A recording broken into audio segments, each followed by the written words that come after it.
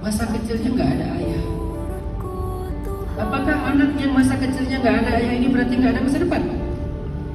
Bukankah Allah sebaik-baiknya akan menggantikan ayah walaupun dia bukan ayah kita?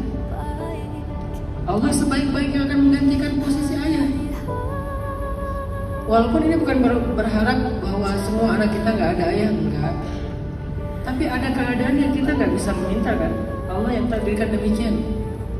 Nabi kalau boleh beliau meminta, pasti beliau ingin punya ayah. Tapi kenyataan yang Allah berikan kepada Nabi, beliau lahir nggak punya ayah.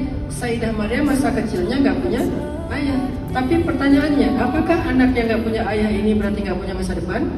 Lihatlah Nabi dan Sayyidah Maryam.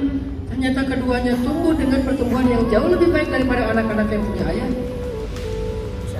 Fataqabbalaha rabbuha biqabulin hasanin wa ambataha nabatan hasana. Ketika Sayyidah Maryam nggak punya ayah, nggak tahu siapa yang akan menerima kedatangan beliau, tempat beliau pulang, tempat beliau untuk istirahat, maka Allah bilang, aku yang akan menerima Maryam. Fataqabbalaha rabbuha biqabulin hasanin. Aku terima dia dengan cara penerimaan yang paling baik.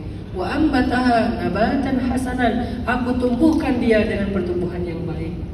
Kayak gitu bahasa Al-Quran.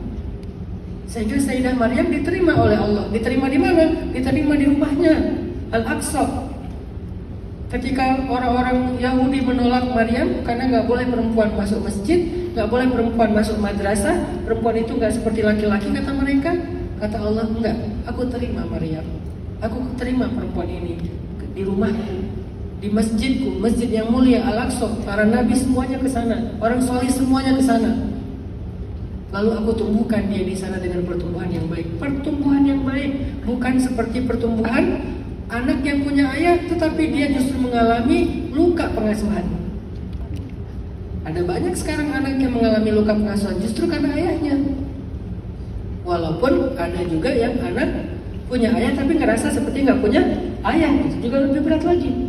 Ada juga yang punya ayah tetapi dia bahagia dengan ayahnya. Kita nggak menyampaikan semua potensi, semua kebaikan itu. Tapi Allah tahu yang terbaik. Jadi jangan khawatir Mbak Maya bahwa anak-anak akan tumbuh dengan cara Sayyidah Maryam kalau dia perempuan. Mereka akan tumbuh dengan cara Sayyidina Nabiullah Muhammad SAW kalau mereka laki-laki. Dan mereka tumbuh dengan nabatan hasanan, tumbuh dengan pertumbuhan yang sempurna, tumbuh dengan pertumbuhan tanpa ada trauma, tumbuh dengan pertumbuhan tanpa ada luka di masa lalu, bahkan tumbuh sebagai insan yang ideal. Rajulun bitawazun, manusia laki-laki yang ideal. Karena Allah yang merawat mereka, Allah yang menggantikan posisi ayah bagi mereka, Allah yang membimbing mereka. Allah akan merencanakan masa depan mereka. Nanti sekolahnya gimana, nanti akan melalui masa-masa remajanya gimana. Solusinya titipkan mereka kepada Allah. Kalau kita ngerasa kita mampu merawat mereka, kita lemah. Kalau ada suami pasti saya mampu, pasti lemah. Tapi kalau kita titipkan ke Allah, saya yakin Allah yang mendidik. Gak apa-apa dengan sedihnya, gak apa-apa dengan nangisnya, tapi jangan berputus asa untuk menitipkan mereka kepada Allah Subhanahu wa Ta'ala. Semoga anak-anak Mbak Maya menjadi anak-anak yang tumbuh seperti Sayyidah Maryam dan Nabi Muhammad SAW. Begitu juga anak-anak yang tidak memiliki ayahnya, anak yatim. Masya Allah.